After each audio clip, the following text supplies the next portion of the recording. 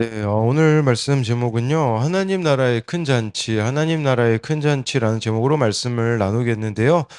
이렇게 말씀을 제목을 잡은 것은 16절에 예수님께서 이제 비유로 이제 어떤 사람이 큰 잔치를 베풀었다고 하시면서 이 천국 잔치에 초대된 자들에 대해서 오늘 말씀해 주고 있기 때문입니다. 쉽게 말하자면 저와 여러분들에게는요, 하나님과의 만남을 얼마나 참 중요하게 여기는지를 돌아보는 말씀이라고 볼 수도 있고요. 또한 우리의 관심사, 우리의 우선순위가 어디에 있는지를 이렇게 확인해 볼 수 있는 그런 말씀인데요. 첫 번째로는요, 하나님 나라의 큰 잔치에 참여하려면 관심사가 달라져야 합니다. 15절인데요. 함께 먹는 사람 중에 하나가 이 말을 듣고 이르되 무릇 하나님의 나라에서 떡을 먹는 자는 복되도다 하니, 어제 말씀하고 연결지어 본다면 예수님은 한 바리새인 지도자 집에 식사 자리에 초청이 되었는데 거기에 수종병 드는 사람을 앉혀놓고 예수님을 함정에 빠뜨리려고 했습니다. 그러자 예수님께서는요, 그 대부분 사람들이 바리새인들이었을 거란 말이죠. 그 사람들에게 그들의 그 본심을 밝혀주는 말씀을 전하셨습니다. 그런데 갑자기 식사 자리에서 예수님이 이 말씀을 들은 한 사람이 무릇 하나님의 나라에서 떡을 먹는 자는 복되도다 이렇게 말하였습니다. 왜 그랬을까요? 예수님의 권면이자 책망의 말씀을 받아들이는 것이 부담스러워 가지고 지금 화제 전환을 하려고 했다고 볼 수 있습니다. 제가 이 바리새인들이 예수님 그 식사 자리에 대부분이었다고 말씀드렸잖아요. 그들이 가지고 있었던 생각을 지금 이 15절이 보여주고 있는 거예요. 이들에게는 고질병이 있었거든요. 근데 그 고질병이 뭐냐? 나는 당연히 천국에 들어간다 였습니다. 그러니까 그렇게 내가 당연히 천국에 들어간다고 생각하면 어떤 생각을 가지게 될까요? 나는 의롭다가 되어지게 되는 것이죠. 여러분, 이 자기 의로움에 사로잡히면 정말 이렇게 그게 바로 이 바리새인의 고질병이었음을 보여주는 것이죠. 그러니까 이런 사람들은요, 못 들어요. 예수님의 말씀이 들어가질 않는 거죠. 씨알도 안 먹히게 되는 것을 우리가 또 이렇게 보고 있지 않습니까? 16, 17절에 보면요. 이르시되 어떤 사람이 큰 잔치를 베풀고 많은 사람을 청하였더니 잔치할 그 시각에 그 청하였던 자들에게 종을 보내어 이르되 오소서 모든 것이 준비되었나이다 하매, 네, 예수님이 비유로 이제 또 가르쳐 주시는 거죠. 어떤 사람이 큰 잔치를 베풀고 많은 사람을 청하였다고 합니다. 마치 갑자기 잔치를 베풀고 사람들을 초대한 것처럼 보이지만 마치 막 당일에 부르는 거 같아 보일 수 있거든요. 그런데 그 당시에 이제 관례로 보면요. 잔치를 하려면 두 번에 걸쳐서 손님을 초대하는 것이 관례였다고 합니다. 첫 번째로 초청할 때는요. 며칠쯤 잔치가 있을 거다 이걸 알리고요. 또 잔치날이 되면요. 두 번째로 다시 종들을 보내서 정확한 시간을 알리며 두 번째로 초청을 하였습니다. 그러니까 갑자기 부른 게 아니라는 거예요. 이미 미리 초대를 했었다라는 거겠죠. 그러면 이제 모든 것이 17절 말씀처럼요. 잔치가 준비되어 있으면 이제 그 사람들이 와야 되지 않겠습니까? 그런데요. 이제부터는 그 핑계들의 연속이 나옵니다. 18절에 보니까요. 다 일치하게 사양하여 한 사람은 이르되 나는 밭을 샀으며 아무래도 나가 보아야 하겠으니 청컨대 나를 양해하도록 하라 하고 해서요. 이 큰 잔치에 초청받은 사람들이 자신들이 초청에 응하지 않는 것에 대하여서 저마다 핑계거리, 변명거리를 늘어놓습니다. 이 첫 번째 사람은요, 거절의 이유가 자기가 구입한 밭 때문에 갈 수 없다라고 이렇게 말합니다. 자기 밭을 살펴보러 가야 된다라고 하는데, 근데 이게요, 또 핑계일 수밖에 없는 것은 이미 자기가 밭을 소유하였는데, 왜 이 시간에 꼭 그 밭을 살펴보러 가야 하는지는 불분명하다라는 것이에요. 새로 산 밭을 보러 가는 건 얼마든지 다음 날로 미룰 수 있는 일인데 이 사람은요, 예수님보다 다른 것들이 더 중요하다고 판단한 한 것이죠. 쉽게 말씀드리면요. 온통 땅의 것에 마음이 쏠려 하나님 나라에 대하여서 무관심한 자였다라고 볼 수가 있습니다. 그래서 골로새서에도 보면 그런 말씀이 있거든요. 예, 땅의 것이 아니라 위의 것을 생각하라라는 그런 말씀이 있거든요. 우리에게도 정말 필요한 것은요. 땅의 것, 그것보다도 위의 것, 하나님의 것, 하늘의 것을 네, 먼저 우리의 관심사로 두어야 되는 것입니다. 이 큰 잔치에 초대했다라는 것은 또 이런 의미가 될 수 있어요. 이게 하나님의 나라가 하나님의 다스림을 받는 것이라고 제가 자주 말씀드렸잖아요. 그 하나님의 다스림을 받는다라는 것은 저와 여러분들이 매일 하나님과의 만남이 있어야 되는 겁니다. 우리로 말하자면요. 28절을 보면서 이런 생각을 해봐야 되죠. 왜 나는 매일 말씀 묵상을 뒤로 미루는가?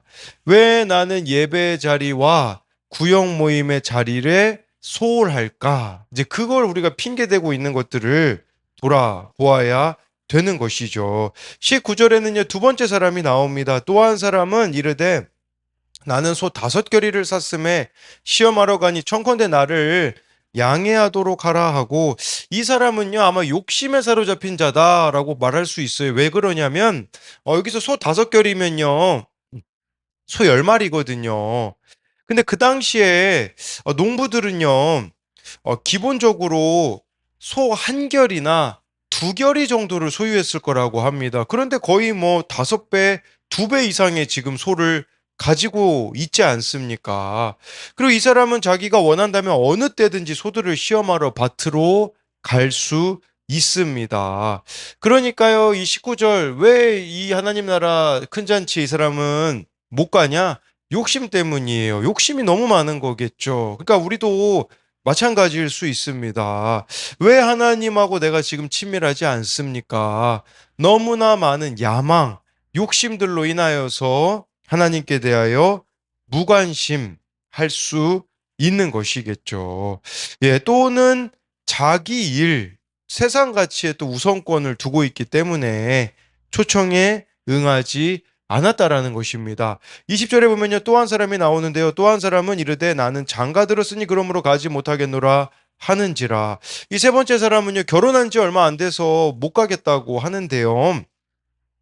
네. 그런데 여러분, 이 잔치에 초대한 주인은 첫 번째 초대와 두 번째 초대 사이에 결혼식을 만약에 이 사람이 했다고 해도 갑자기 결혼 계획을 잡지는 않았을 겁니다. 결혼 날짜가 잡힌 상태에서 잔치에 참석하겠다고 약속하였기 때문에 그의 변명도 통하지 않습니다. 근데 이 20절이 우리들에게 의미하는 것은 뭐냐면, 우리가 하나님 나라의 큰 잔치에 참여할 때에 걸림돌이 될 수 있는 게 있다라는 거죠. 그 걸림돌이 뭡니까? 가족 관계, 인간 관계를 뜻하는 거예요. 인간 관계랑 가족 관계 때문에 나는 이렇게 참여할 수 없다라고 말씀해 주는 거죠.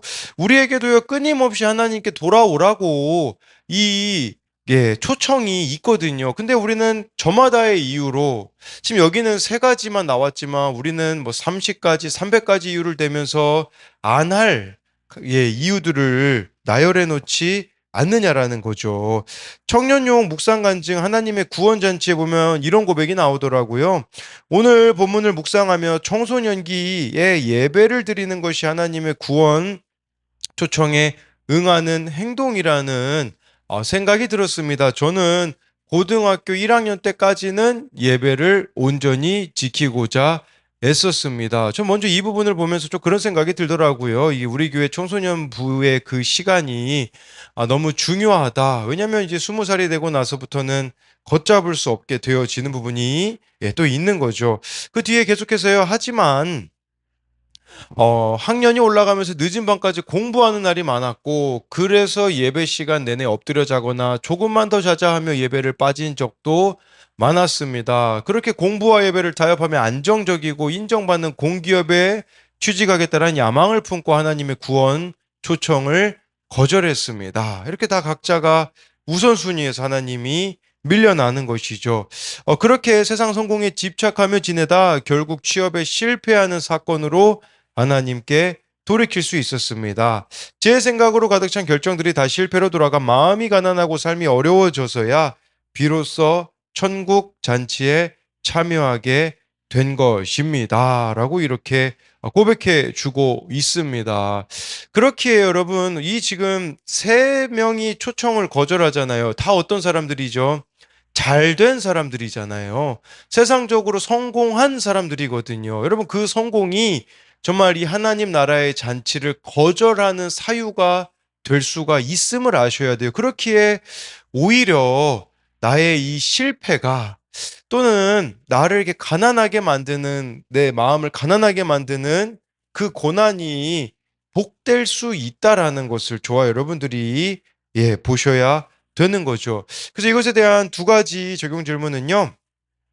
하나님을 나의 삶의 우선순위로 두기 위해서 결단해야 하는 것은 무엇입니까? 정말 우리가 하나님과의 만남을 우선순위로 두어야 되는 거. 그게 그렇기 위해서 우리가 결단해야 되는 게 무엇인가를 묻는 거고요. 내가 하나님과의 만남보다 더 중요하게 생각하는 것은 무엇입니까? 나의 관심사는 무엇입니까? 쉽게 말씀드리면 하나님이 여러분들의 삶의 우선순위가 되지 못하고 있는 이유는 무엇인지를 묻고 있는 질문입니다. 그래서 정말 나의 관심사는 정말 하나님인가? 다른 것인가? 돌아보자는 것이겠죠. 두 번째로는요, 하나님 나라의 큰 잔치에 강권하여 채워야 합니다. 21절인데요. 종이 돌아와 주인에게 그대로 고하니 이에 집주인이 노하여 그 종에게 이르되 빨리 시내의 거리와 골목으로 나가서 가난한 자들과 몸 불편한 자들과 맹인들과 저는 자들을 데려오라 하니라. 큰 잔치를 베푼 주인은 처음 초청했던 사람들이 참여를 거부하자 종들에게 빨리 시내와 거리, 골목으로 가서 사람들을 불러오라고 합니다. 여러분, 근데 이런 사람들 데리고 오기가 쉬웠겠습니까? 어렵겠습니까? 어렵죠. 가난한 자들, 몸 불편한 자들, 맹인들, 저는 자들. 그러니까, 뭐, 가난한 자들은 솔직히 잘 모르겠지만, 뭐, 몸 불편한 자들, 맹인, 저는 자들 데리고 오려면 종들이 수고해야 되는 거겠죠. 이것이 의미하는 게 뭐겠습니까? 다른 이들을 예수님께로 인도하는 데는 하나님 나라 큰 잔치에 참여하게 해야 되는 데는 많은 수고가 필요하다라는 것이죠. 근데요, 21절 우리가 좀 잘못 생각할 수 있어요. 그러니까 여기서 먼저 초청받은 자들은 유대인들이거든요. 그러니까 유대인들이 거절했기 때문에 자리가 남아서 다른 사람들로 채워진다라고 생각할 수 있거든요. 그런데 하나님 나라 큰 잔치이기 때문에 자리는 원래 많이 있었습니다. 그러면 아까 제가 앞에서 말씀드린 세 사람들이 그 초청에 응했다면 어떻게 되었을까요? 더 많은 사람들을 데려왔을 거라는 거겠죠. 이것은요, 만약에 유대인들이 복음을 받아들였다면 그들이 다른 이들을 전도해서 더 큰 잔치가 베풀어졌을 거라는 거예요. 이게 유대인들이 거절했기 때문에 남은 자리 채워넣는다라는 개념이 아니라는 것을 말씀을 드리는 거죠. 22, 23절을 보면요. 종이 이르되 주인이여 명하신 대로 하였으되 아직도 자리가 있나이다. 주인이 종에게 이르되 길과 산울타리로 나가서 사람을 관건하여 데려다가 내 집을 채우라. 22절에요. 종이 그래도 자리가 남아 있다라고 주인에게 보고를 하는데 이것은요. 복음이 모든 사람들을 향해 열려 있다라는 뜻입니다. 그러니까 이제 어디가 아니라고 하냐? 23절에 길과 산 울타리로 가래요. 그 당시에 길은요. 나그네들의 쉼의 장소였다고 합니다. 그러니까 나그네들을 데려와라 이 뜻이에요. 산울타리는 어디였을까요? 산울타리는요. 거지들이 있는 곳이었다고 합니다. 거지들이 산울타리가에 있었다고 하는데 이들을 강권하라고 하잖아요. 23절에 사람을 강권하여 데려다가 내 집을 채우라는 게 여러분 강력하게 권하라는 말을 잘못 생각하면 안 돼요. 이것은요. 막 여러분들이 억지로 있잖아요. 억지로 막 끌고 와가지고 내 집을 채우라, 뭐 교회로 데려와라 라고 생각할 수 있는데 그거는 아닙니다. 이것은 사랑으로 강권하라는 뜻이에요. 여러분 생각해 보십시오. 지금 여기 있는 사람들 뭐 나그네, 거지들 이런 큰 잔치에 초대받아 본 적이 없는 사람들일 겁니다. 그들을 초대에 응하게 하기 위해서는요, 얼마나 많이 또 설득해 줘야 되며, 나는 자격이 안 되는데, 거기 못 가요. 막 여러 가지 핑계를 댈 거예요. 난 이것 때문에 안 되고요, 저것 때문에 안 되기 때문에 못 가요. 그러면 우리는 너무 쉽게 포기해 버릴 수밖에 없겠죠. 근데, 예, 이 말씀은요, 정말 그 사람이 설득될 때까지 수고하라는 거겠죠. 시간도 내주고요, 물질도 내주고요. 그렇게 나아갈 때에 비로소 마음이 열리고 하나님 나라의 큰 잔치에 참여하게 된다라는 것이죠. 그러니까요, 상대방을 우리가 읽는 눈이 필요할 것 같아요. 우리는 자꾸 내 방식으로 강권하여 끌어오려고 하거든요. 그런데 그 사람의 입장과 처지와 그런 것들을 배려하는 우리가 눈을 가질 수 있다면 이 눈이 어디로부터 생기겠습니까? 하나님과의 교제 가운데 나아갈 때에 이 사람에게 이런 말을 해줘야겠구나. 오늘 이렇게 사랑을 표현해야겠구나. 내 방식이 아니에요. 이거 하나님 방식으로 우리가 좀 나아가는 것이 필요하다라는 거죠. 엊그제 제 아내가 이제 큐티 나눔에 이런 내용을 올렸어요.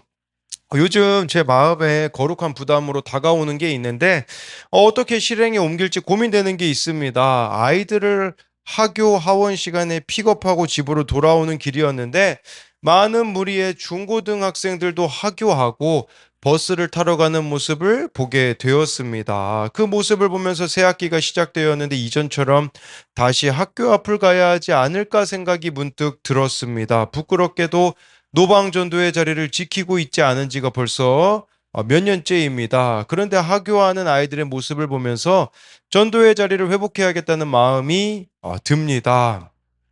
저도 이 부분이 좀 고민이 지금 되고 있더라고요.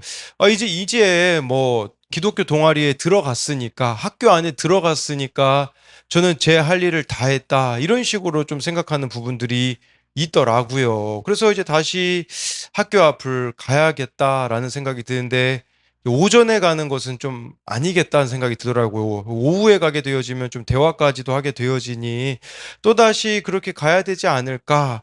또 제 아들이 오늘 뭐 반장 선거에 뭐 나간다고 하더라고요. 뭐 반장 선거 나가는 거 목적도 정말 구원을 위해서 해야 된다라는 걸 좀 이야기해 줘야 되며 동시에 정말 그 아들이 전도를 잘할 수 있도록 저와 제 아내 또한 또 아들의 그 학교 시간에 가서 또 전도하는 모습을 보여줘야 되지 않을까. 우리 교회 같은 경우 코로나 시기에 정말 전도에 많이 나갔잖아요. 마스크 전도지를 나눠주고 중고등학교 앞, 초등학교 앞, 온양 온천역에 나가서 우리가 전도하였고, 그 당시 막 청년들이요, 출근길에도 막 전도하던 모습들도 저는 기억이 나더라고요. 그래서 오늘 이 말씀, 사람을 강권하여 데려다가 내 집을 채우라. 어느 목사님이 그런 이야기를 하시더라고요. 하나님이요, 우리에게 보시는 것은 나가는 거라고 하시더라고요. 무슨 말이냐면요. 우리가요, 나가서 전도하는 모습을 보여주면요.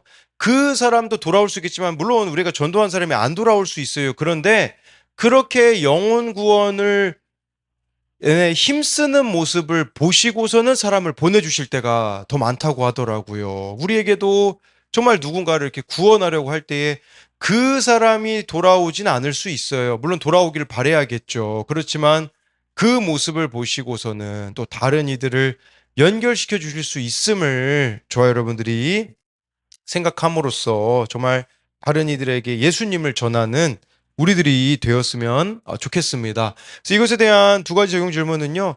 사랑으로 강권하여 구원으로 인도해야 하는 사람은 누구입니까? 또 한 가지는요.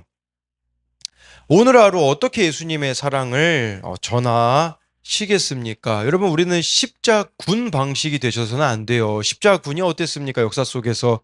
그렇게 무력으로 하려고 했잖아요. 십자군이 아니라 십자가 방식으로 나아가는 우리들이 되었으면 좋겠습니다. 기도하겠습니다. 살아계신 하나님, 오늘 말씀에 정말 하나님께서 큰 잔치를 베풀고 계십니다. 구원의 잔치를 베풀고 계십니다. 한 사람이라도 더 하나님께 돌아오기를 원하시는데 많은 사람들이 이 하나님의 큰 잔치를 거절합니다. 각자의 이유와 핑계를 대며 거절하는데 참으로 하나님이 우선순위가 되지 않는, 관심사가 되어지지 않는 많은 사람들이 회개의 기회를 놓치고 있는 것을 오늘 말씀을 통해 보게 되어집니다. 우리에게 사건으로, 상황으로, 환경으로, 또한 말씀으로 회개를 촉구하실 때에 좀 하나님 앞에 돌아오는 우리 한 사람 한 사람이 되게 하여 주옵소서. 또한 그렇게 하나님께로 우리가 돌아왔다면 이제는 정말 다른 사람을 강권하여서 정말 내 집을 채우라는 그 예수님의 말씀에 한 사람이라도 더 구원으로 인도하는 우리가 되어지기 원합니다. 그리하여서 정말 하나님께서는 한 사람이라도 구원받기를 원하시는 그 애끓는 애타는 마음이 있으신데 저 또한 보니 여러 가지를 핑계대며 합리화하며 그렇게 전도의 자리에 나아가는 것을 거절하고 있는 그 전도의 자리에 나아가게 되어지면 또 어떤 무시를 받을까라는 또 어떤 실패감에 사로잡힐까에 대한 두려움이 저에게 있음을 고백합니다. 하나님, 저도 정말 이 부분에 있어서 돌이키게 하여 주시고 우리 또한 주변에 있는 자들을 또 강권하여서 이 강권한다라는 게 내 힘으로 되겠습니까? 정말 성령의 도우심으로 정말 그 사람을 향한 구원에 대한 주님의 마음을 품고 정말 강권할 수 있는 우리들이 되게 하여 주실 것을 믿으며 살아계신 예수님 이름으로 기도드립니다. 아멘.